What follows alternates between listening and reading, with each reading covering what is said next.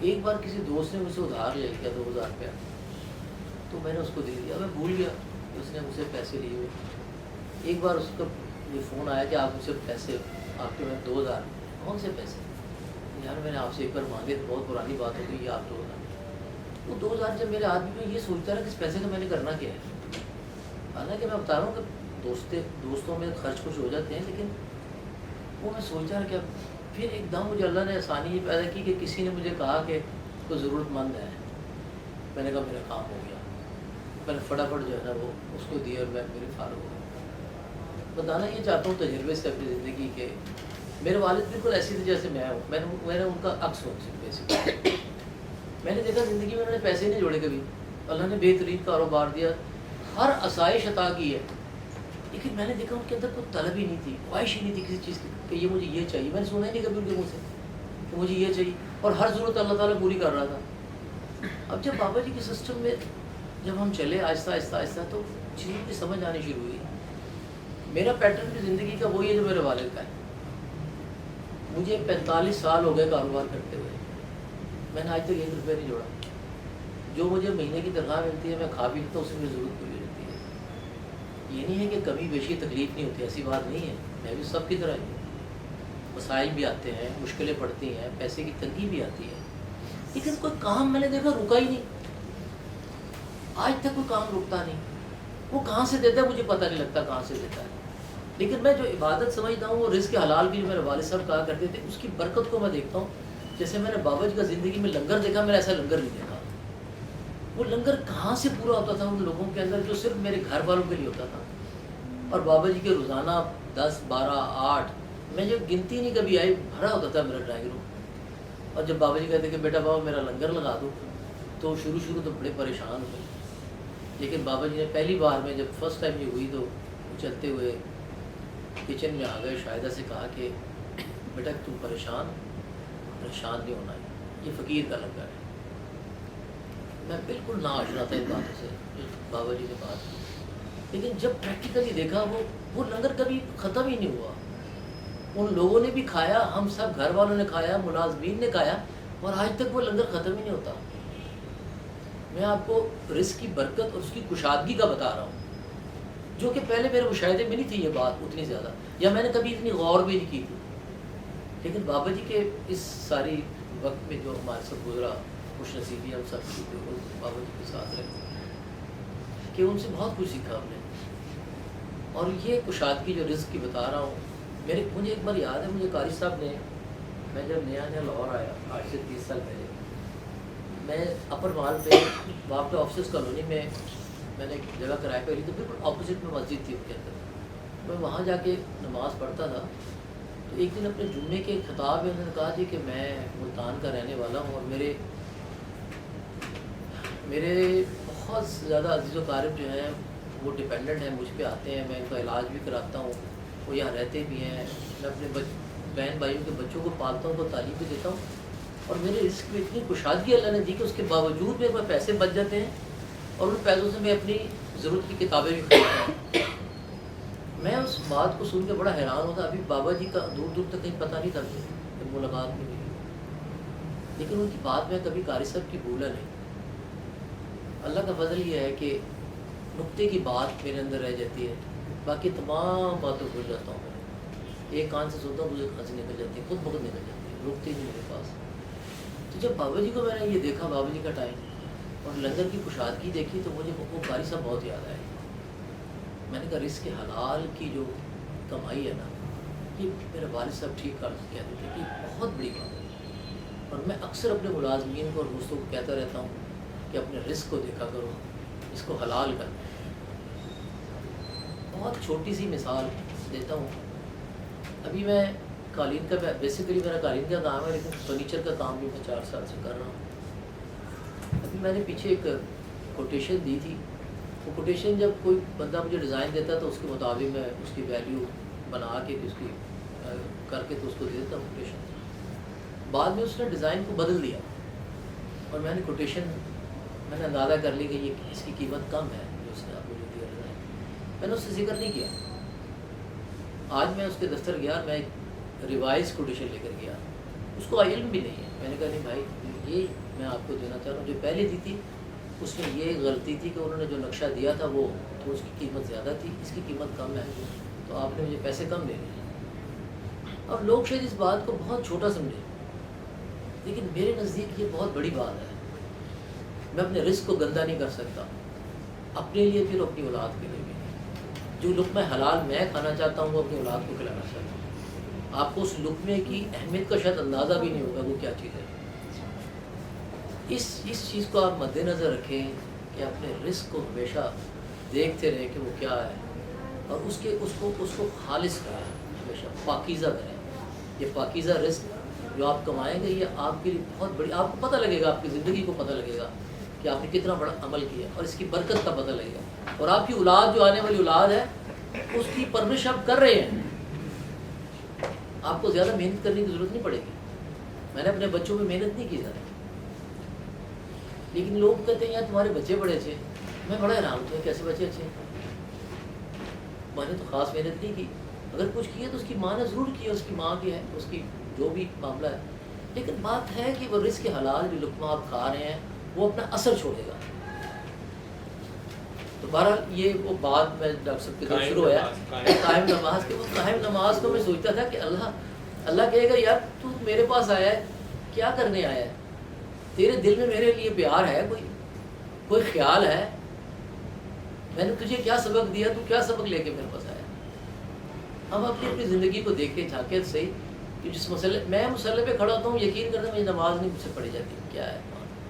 میں اپنے اعمال کی طرف دیکھتا ہوں، مجھے کہتا ہوں کس لیے تو مسئلے پہ کیوں کھڑا ہے، تو کر کے کیا آیا؟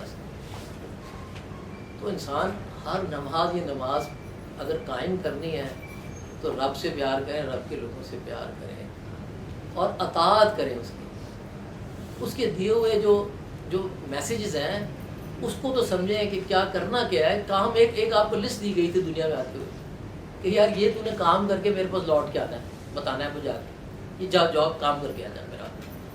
وہ لسٹ ہم نے پھینک دی، اور اپنی زندگی جس طریقے سے گزار رہے ہیں وہ ہم سب جانتے ہیں کہ کس طرف جا رہے ہیں. اور جو معاشرہ جس طرح، اللہ معاف کرے، یہ روزانہ کے ٹی وی دیکھیں اور اخبار پڑھیں تو کانوں کو ہاتھ لگاتا ہے انسان کی. کیا آپ کو ڈاکٹر صاحب بھی ذکر کرتے رہتے ہیں یہاں بہت سے ایسے کیسز آتے ہیں جو اس قدر بھیانک ہوتے ہیں اور سن کے انتہائی شرم آتی ہے کہ ہم اپنے آپ کو مسلمان کہتے ہیں.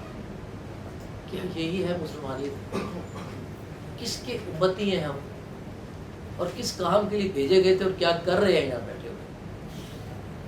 پتہ نہیں، میں تو شرم سے جھکتا رہتا میرا سر اور میں اپنے آپ کو کوستا رہتا ہوں کہ تجھے زندگی میں کیا ہی کچھ نہیں. لیکن اس مالک کو میں آج کہہ رہے تھے کہ کیا شان ہے تیری، تو کس طرح پالتا ہے؟ ہم کہتے ہیں جی ماں باپ پالنے، ماں باپ کدھر پالتا ہے؟ پالن ہار تو وہی ہے. دیکھیں اگر میں پل گیا تو پھر باقی بھی پل گئے، میرا نبی بھی پل گیا، کیا وہ نہیں پلے؟ تو میں نے دیکھا میں پل گیا، ماں نہیں تھی چلی گئی، بہت چھوٹی سی عمر میں چلی گئی چھوڑ کے، تو میں پل گیا اور بہت اچھا پل گیا. اور جو سبق اس نے مجھے دیا ہے شاید ماں زندہ ہوتی تو کبھی سبق نہ ملتا مجھے. میں تو زبردست موج میں پھرتا رہتا ہوں کہ کیا بات ہے. میں نے ایک دن قاری صاحب سے بڑی مزدار سے پوچھا، میں نے قاری صاحب ان لوگوں کو بچوں کا کیا قصور ہے جو ماں باپ ان کو چھوڑ کے چلے جاتے ہیں، یا وہ بچے جو مطلب ہے کہ پتہ لگا کہ ہے ہی کوئی نہیں، آئے تو چلے وہ لگے گئے. کہتے ہیں جی اللہ تعالیٰ نے فرمایا ہے وہ اپنے کوئی یا حدیث بتائی انہیں، قرآن مجھے بھی یہ یاد نہیں. انہوں نے مجھے کہا کہ ان بچوں کے اضافی نمبر ہیں اللہ کی طرف، کیونکہ اس سے ماں چھن گئی، اس کا باپ چھن گیا، اب اس کے کوئی شفقت والا ہاتھ نہیں ہے اس کے سر پر، تو اس کے لیے اللہ تعالیٰ نے اضافی نمبر رکھے ہوئے. آپ یاد رکھنا، آپ کو اس کا اجر ایک اضافی ملے گا اللہ کے گھر میں. یہ ایسے نہیں اللہ تعالیٰ کوئی چیز جب لیتا ہے تو کچھ دیتا بھی ہے، اس سے بڑھ کے دیتا ہے. تو آپ میں بھی وہ لوگ ایسے بیٹھے ہوں گے، کسی کی والدہ یا کسی کے والد بچپن میں چلے گئے، تو آپ اس کی فکر نہ کریں، واہ نمبر ملیں گے انشاءاللہ.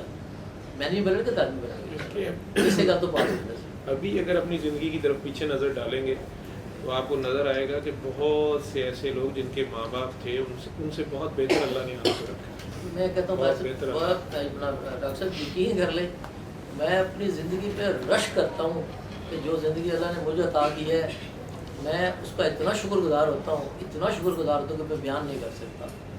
مجھے کسی چیز کی زندگی میں خواہش نہیں ہے، کیونکہ وہ سب کچھ اس نے دے ہی رکھا ہے، خود ہی دیتا رہتا ہے.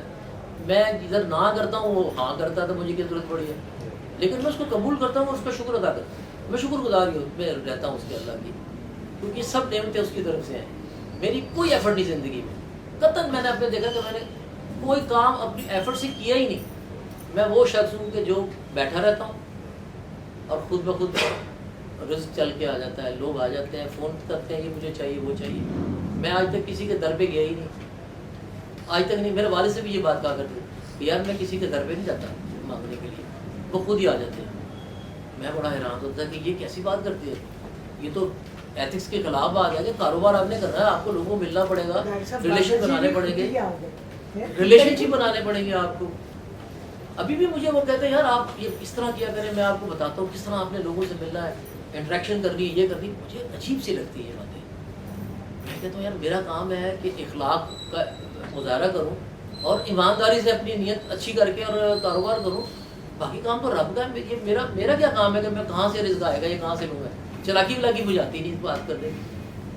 تو بات یہ کہ رزق میرا چلاکی سے کبھی نہیں آیا میرے پاس. وہ پتہ نہیں اللہ کی کوئی میرا جو بات کہتا ہے، اللہ کہتا ہے کہ میں رازق ہوں. حقیقت جان ہے میری زندگی ایسی ہے کہ واقعی میں نے دیکھا مجھے کبھی اپنی محنت سے نہیں ملا، اس کی شفقت اور کرم سے ہی مجھے ملا جب بھی ملا. اور ابھی تک وہ اسی طرح عطا کر رہا ہے. میں اپنی جگہ پر ہلنے والا بندہ نہیں ہوں، اپنی جگہ بیٹھا رہتا ہوں. ہاں یہ ہے کہ کوئی آیا ہے، انکوائری آئی ہے، تو اس کو میں ضرور انٹرٹین کروں گا، جو بھرپور میرا کام ہے کرنے کا. لیکن اس کے علاوہ میں پیچھے نہیں کبھی گیا کسی کے، میں پیچھے بھاگ کے جاؤں، میں ایسا نہیں کبھی کیا زندگی میں کیا. لیکن اللہ کی شان ایسی ہے کہ آپ یقین کر لیں کہ اگر آپ اپنی ایمانداری نیت کو ٹھیک رکھیں. ایک دن میرے استاد مجھے کہنے لگے شاہد صاحب ایک نیت ہوتی ہے، اس کے پیچھے پھر ایک نیت ہوتی ہے. میں نے کہا ادھر ہی ٹھہر لیں سر، اب ادھر ٹھہر لیں. کہتے نہیں ابھی میں ٹھہرنا نہیں، اس کے پھر پیچھے ایک نیت ہوتی ہے، اس کو بھی ٹٹولنا ہوتا ہے، اس کے پیچھے پھر ایک نیت. انہوں نے سات نیتیں پیچھے گنوا دی. میں نے کہا سرکار ہے ٹھہر جاؤ ذرا، یہ پہلی نیت ہی ساری ٹھیک نہیں ہے، تو پیچھے کتنے جانا ہے. تو یعنی نیت کو ہر وقت ٹٹولنا اپنی کہ آپ کر کیا رہے ہیں، کس نیت سے کس کام کو کر رہے ہیں، کیا اس میں اللہ کی رضا ہے، آپ خالص ہیں اپنی نیت کے اندر. میرے نزدیک یہ بہت ہی اہمیت کی چیز ہے کہ اپنی نیتوں کو ٹٹول کریں یہاں پر، اس کو ضرور دیکھیں جس نیت سے کس کو مل رہے ہیں، یا ہماری نیت میں کھوٹ ہی کھوٹ ہے، یہاں دیکھیں اپنے مفادات کی خاطر ہم ملتے ہیں، ہمیں کوئی یہ بھلا ہو جائے اور فائدہ ہو جائے۔ بہرحال میرے نزدیک یہی ہے ڈاکٹر صاحب، آپ شکریہ آپ کا ٹائم۔ میرے شکریہ کی مجھے اس وقت ایک دم خیال آیا تو میں نے کہا اس میں نے بات سے پہلے بھی بات کیا کیا تھا کہ بات نہیں، میں آپ سے شکریہ۔ اچھا جی میں نے پتا کہ آ جائے گا چتر لے کے کاٹے۔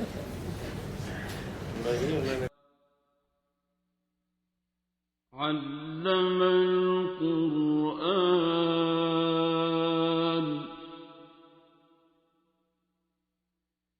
خلق الإنسان